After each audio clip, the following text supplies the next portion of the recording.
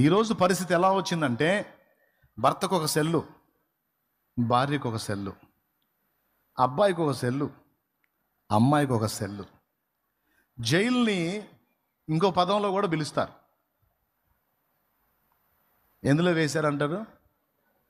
సెల్లో వేశారు అండి. ఇంకా సెల్ నుంచి బయట రాలేదా అంటారు కదా. బ్యాటరీని కూడా సెల్ అంటారు.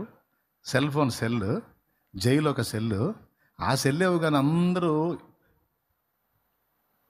ఎవరి చేతుల్లో అయినా చూడు సెల్, అందరూ అయిపోయారు సెల్.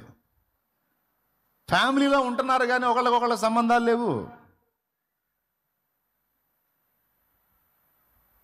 నేను చెప్పేది నిజం. సెల్ ఫోన్ ఈరోజు నాగరికత పెరిగిన తర్వాత కలిసి మాట్లాడుకోవటం, కలిసి భోంచేయటం, కలిసి దేవునితో గడపటం, కలిసి వాక్యం చదువుకోవటం, కలిసి ప్రార్థన చేయటం, కలిసి సరదాగా కాసేపు మాట్లాడుకోవటం, నవ్వుకోవటం అనేవే రద్దయిపోయినాయి. బాత్రూంలో పోయినా, చెంపుకు పోయినా అది తీసుకొని వాడు అక్కడే గడుపుతున్నాడు. అవునా? కార్యక్రమం ముగిసి అరగంట అయినా సరే వాడి నేత్రాశ పాపం చావక ఇక కండిషన్ మీరు ఊహించుకోండి.